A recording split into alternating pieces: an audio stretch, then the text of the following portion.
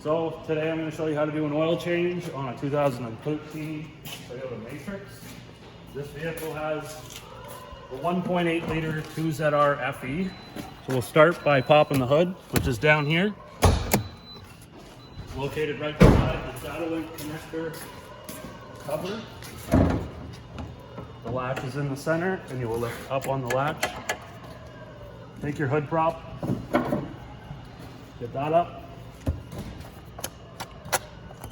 We'll take the fill cap off. I like to set it in the latch so that if you do forget to put it on and try to close the hood, Smash in half. I've already got the hoist set up to lift the vehicle. I'll show you a couple of the tools that you're going to need to do this job. You're going to need either 14mm wrench or a ratchet and a socket.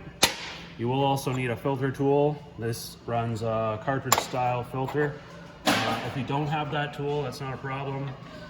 You can probably use one of these band style filter wrenches, or if you're really in a jam, you could probably use one of these. Slip that through a wrench and you could put that onto the filter housing to get it off.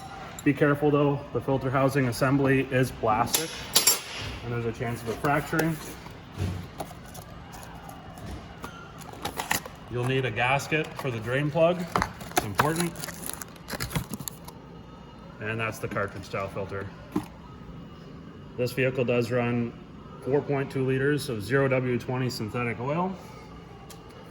And I do have some personal protective stuff here. Gloves and safety glasses are important. It's up to you whether you want to wear them or not. But getting used motor oil in the eyes is not fun. What's the torque for the... I have a torque wrench there. The drain plug gets torqued to 27 foot-pounds and the oil filter housing assembly gets torqued down to 18 foot-pounds. So I'm going to lift the vehicle and get started. All right, so we're just going to break the drain plug loose, turning it counterclockwise. Just give it a spin. If you are using a bucket underneath, like you got it on jack stands on the ground, just loosen the plug until it's just about out, hold it and pull the plug out. That's going to save you from getting your hands into the oil, getting it all dirty. While that's draining, I'm going to grab my filter wrench, undo the filter.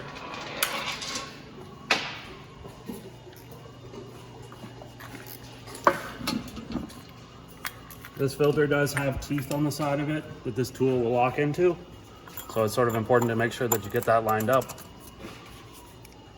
Otherwise there's a chance of breaking this filter housing. Like I say, it is plastic. And they're brittle sometimes, so you gotta watch. Hold it on the teeth. Go around one. Yeah. Right there? Yeah. Nice.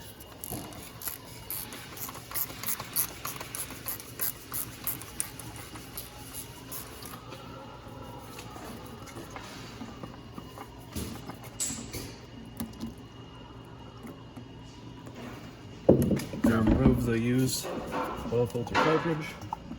And It slides out. in the O-ring, right? You don't want to Yeah. double that up. There's an O-ring. Make sure that you get that off. You can use a screwdriver if you're having a tough time getting it off. Try not to mark the plastic up.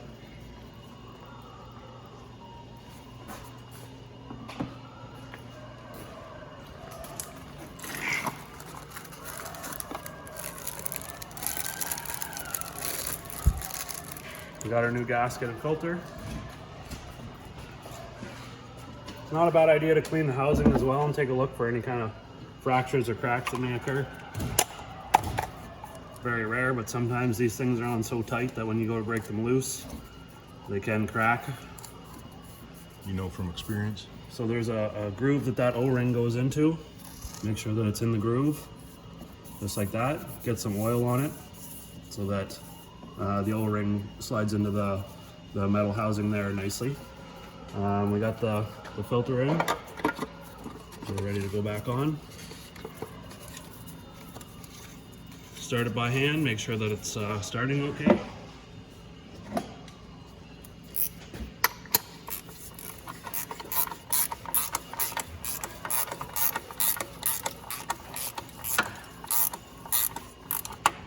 I'm actually going to torque this one.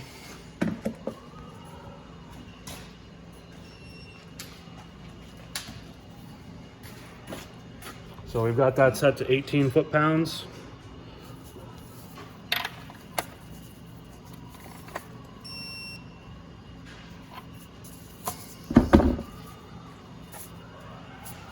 bit greasy.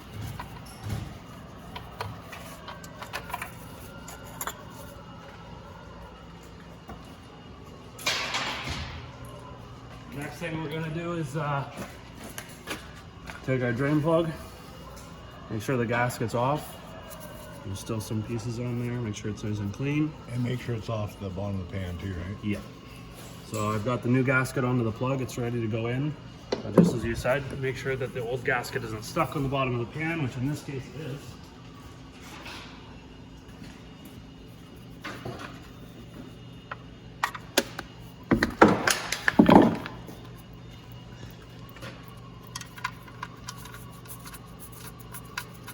Throw that in there.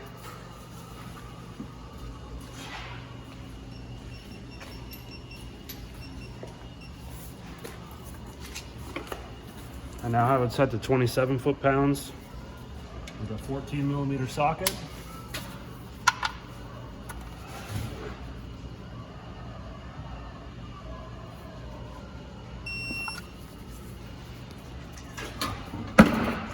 Take a rag, wipe off any excess oil, make sure it's nice and clean.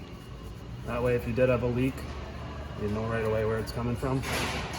Also, you don't want that stuff getting on your driveway. Alright, we're good to go now. Alright, so this engine's going to take 4.2 liters of oil. So we got our funnel, and we're going to fill it up.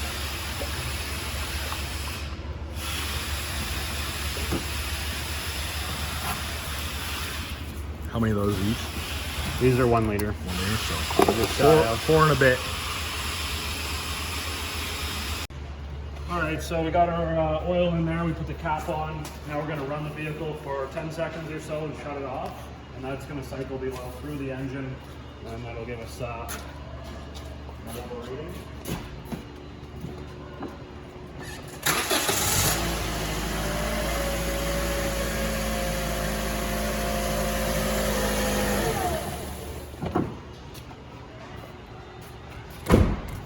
Always check your engine oil with the engine off. So you're gonna take your dipstick out, wipe it off, go back in, make sure it's fully seated, and that's gonna be your reading there. So it looks like I'm shy just a little bit. In between the lower dot and the upper dot is 1 liter. So I'd say we need about 200 milliliters. So we added 200 milliliters. Yep. Now you can see we're pretty well right on the dot there. So that'll be good.